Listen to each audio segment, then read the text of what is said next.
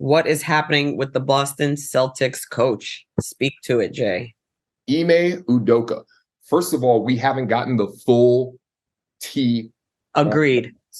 There's way more to that story than consensual sex between two married people. But just on the outlook, holy moly.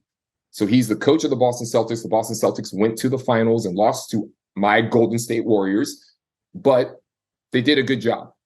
And it seems like that team is the team of the future. It seems like they will be good for a long time coming. And this coach seems to have a lot to do with that. So he's kind of a darling in the NBA right now.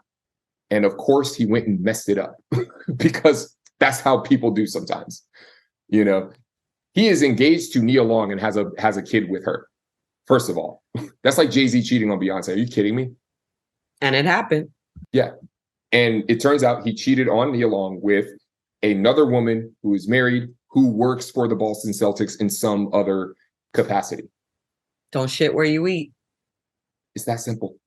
I didn't say don't eat. It's that simple. This is, to me, this is basic professionalism.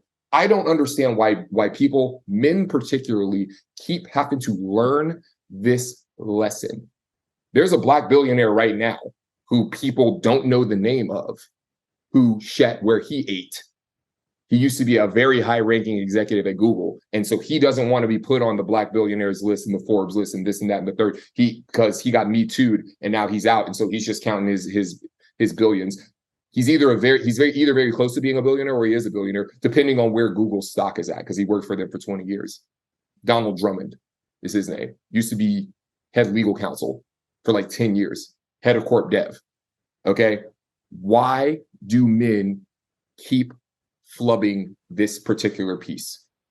What is so hard about not getting in a relationship with people you work with, even if it's consensual? Because intelligence and behavior have nothing to do with each other. Thinking with the wrong head.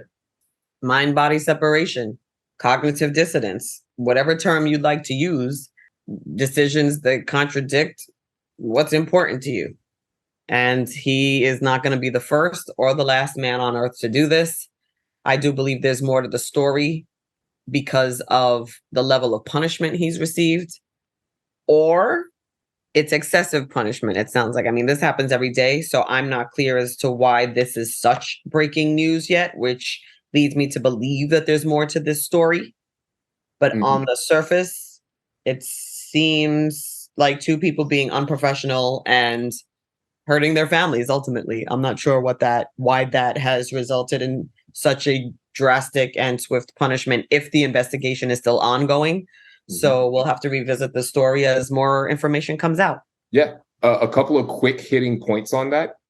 The woman that he had an affair with, so he's the head coach. The woman that he had an affair with, I forget, I don't know exactly where she worked, but she wasn't an intern or something like that. This was a grown woman who was married to someone else who also was a senior level executive in the organization. He was either an SVP or a VP of like finance. He was a controller, okay? Something akin to a VP of finance, CFO, something of that nature. I believe the controller was part of his title. So there's a very high up person, but not involved with the team and the players, okay?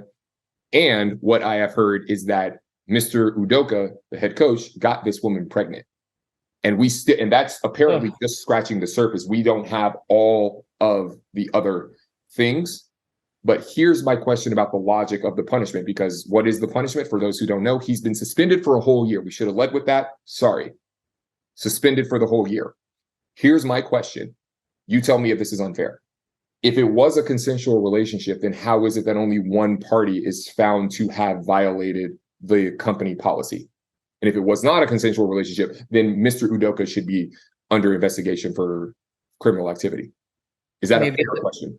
Maybe it depends on who she's married to. Does her partner have more power than this coach? I don't know who her partner is, but there is a reason for that. You could speculate and say, again, I don't know all the facts of the case. I don't even know who the person is that he allegedly had this consensual, allegedly, relationship with. My understanding is a white woman. Does that play into this at all? also who she married to. Does that person have more power than him? Because maybe this is just straight, scorned husband backlash. Mm-hmm. Again, all the facts are not out yet, so that remains to be seen. But based on the punishment, it leads one to think that there's more to the story.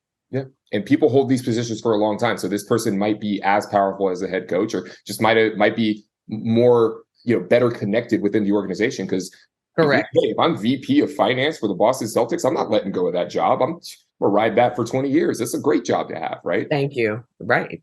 I do believe the caveat, or one of the ways of answering my question, is, hey, well, power dynamics.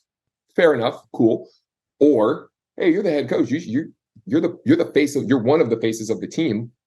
You are held to a higher standard, and I understand that as well.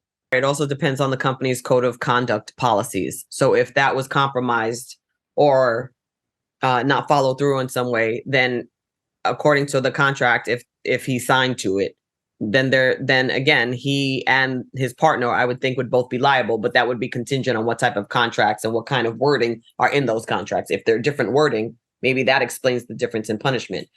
The story remains to be seen, and we'll keep continuing the conversation as more information comes out. We will.